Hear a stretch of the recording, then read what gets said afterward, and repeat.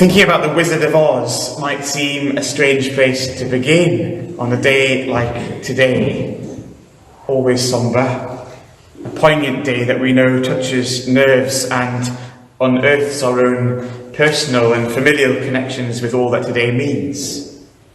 Yet, if you'll permit me, the yellow brick road is the place I wonder if we could cast our minds to. Dorothy, in her own life, has been dealing with a story of heartache and sadness.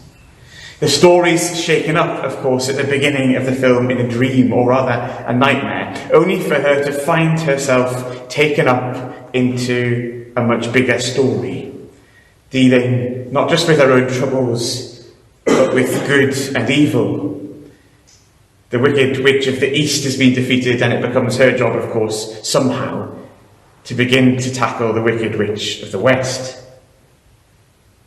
It's on that road there that she comes to understand that that is the road that will lead her in this plight to the Emerald City, where she hopes the Wizard of Oz can help her and enable her famously to find her way home.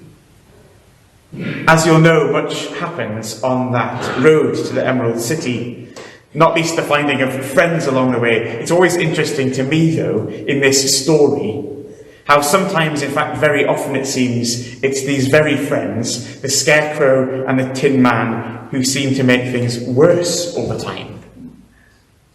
You might remember in one moment they're approaching a forest that they're going to have to go through.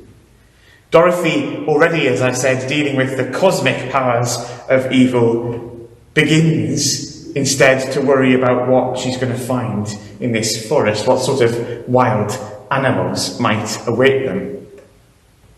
The Scarecrow, of course, begins to whip things up, worrying about whether these animals might like straw, while the Tin Man, clearly one of those external processors, starts helpfully listing the animals they might discover.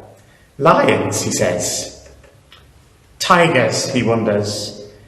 And bears, he concludes. All to which, of course, Dorothy famously exclaims, "Lions and tigers and bears? Oh my!" These animals and the bears seem, as it were, to be the final straw for Dorothy in that moment. Here she is, setting out to defeat the Wicked Witch of the West and her cosmic hold over the land. But in the end, it's these animals, it seems particularly the bears in the wood, that she's worried about because of her friends. Of course, like so many films, musicals, dramas of its time, The Wizard of Oz is, as we've already acknowledged, dealing with big themes. Themes that we too, in a different way again, maybe a more serious way, are of course thinking about today. How will good triumph over evil in the end? Is that simply a fantasy? Or could we ever find a way through the difficulty and torment of the world as we know it, to find our true home, to reach the time, the Emerald City, when we're able to build the kingdom of God amidst the destruction of the world, and reaching the end of life's journey, return home to our God? These are the themes, however differently, that this morning's gospel reading calls us to ponder too. The disciples there, as we've just heard from Trevor, like Dorothy, like the Tin Man and the Scarecrow, are wondering how this sort of destruction Jesus is talking about, the pulling down of the temple which they've taken so long to build, could mean that anything good was about to happen. While all the while, Jesus, of course, wants to help them to see that he and they, and now we and him, are of course being called to build something very different, to a temple for God. Forget even the temple, Jesus says. What is precious? The real Emerald City is the finding of goodness and truth, holding on to it, allowing it to flourish while everyone around you tells you something different. The real precious gift is building a world as God would have it be. And of course, Jesus, as he is so often with the disciples, is bang up front with them. This task, he says, of building this kind of place, this kind of life, will be even harder than building the temple. There's all sorts of things that are going to get in your way building the kingdom of God. Wars, rumours of wars, earthquakes, famines, lions and tigers and bears. Oh my. Only this last week I've been away on a course all about dealing with conflict in the church. Would you believe there's such a thing? On this course all about conflict in the church, we were learning, would you believe, about bears. We heard from a park ranger in the United States about how when out walking or camping in the woods in America and confronted with a real bear, the only way to tackle them is to understand what sort of bear it is. Just like with conflict, with difficult circumstances in our lives, when confronted with a bear, I should think that your inclination might have been the same as mine, just run. Of course, this park ranger from America tells us that running is the one thing you mustn't do when confronted with a bear. It's the one surefire way to make sure you're not going to come out of it better than it. Well, this guy told us that with brown bears, grizzly bears as we call them, it's better to just get on the floor and play dead. Black bears, well, with black bears you've got to be brave, make yourself big and loud. And with a polar bear, unlikely to be found in a forest, I'm afraid if you haven't got a bear spray, the only way is to fight. And he said, go for vulnerable parts. Lions and tigers and bears, oh my. On this day when we remember those who gave themselves, their lives and futures in the heat of wars over which they really had very little control.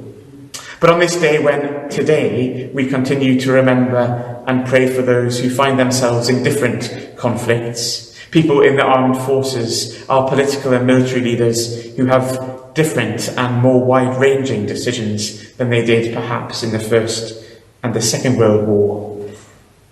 The question remains, what do we do about conflict? What do we do about these things that Jesus said, wars and rumours of wars, that come in between you and I building the kingdom of God?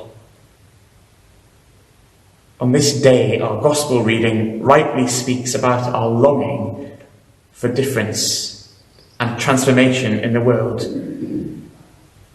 acknowledges how difficult it is.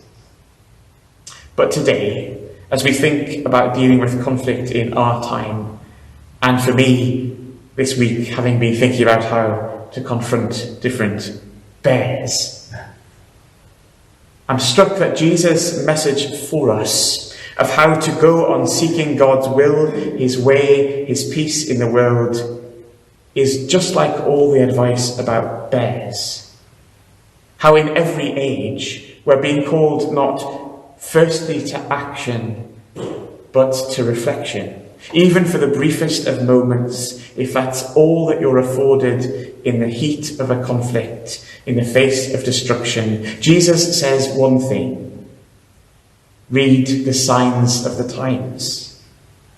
Take a moment. Count to 10, your mum might have said. Weigh up and understand from God what the challenges we're faced are really like. What are they really about? And how then can we really respond? Not tackling a polar bear like a grizzly bear. in the conflicts of this world and in our own lives and relationships, in the big decisions that we have to make globally as well as individually. Jesus says, ask, what is it we're really dealing with? Is it a black or a brown bear? Is it best to lay low or make ourselves big and loud and get on with it? Jesus reminds us that just as in the Wizard of Oz, every brick on the road to the path that leads to the Emerald City, God's kingdom, and in the end our eternal home, is after all paved with one small choice after another, one small step, many bricks. On Remembrance Sunday, we're thinking back, we know, in the First and Second World War, to a time when so many choices seem to have been taken from our leaders, and certainly those serving and conscripted. Today we hope we have more choices, but what we do with them matters and will change the future, just as the COP26 gathering has been reminding us in a different sphere. So I wonder today what it is that you and I am dealing with, mulling over. What are the dilemmas, conflicts, maybe even difficult relationships that are playing on our minds? And I wonder what the signs of the times are for you and for me about what God is asking us to do next. And I wonder in this week, when the church has been celebrating your patron, St. Martin, what he has to teach us as we finish. I'm sure that you will know a lot more about Martin than I. But I was struck again reading about him this week. How, of course, having been forced to be a child soldier, it was ultimately in adulthood his decision that he wasn't meant to fight.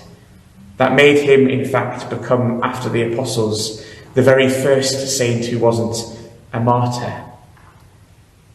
The first person to be made a saint who didn't die for his faith. Reminding us that not all bears on the road to the Emerald City spell sacrifice and destruction, but that reflection, wisdom, careful choices, little by little, one by one, lay the pavement to our home in heaven. It's a question, it seems to me, always, but especially amidst conflict, danger and difficulty, of asking, what does the Lord require of me? For as the cosmic battle in the book of Daniel that we heard this morning ends by saying, those who are wise will shine like the brightness of the sky, and those who lead many to righteousness will shine like stars forever. Amen.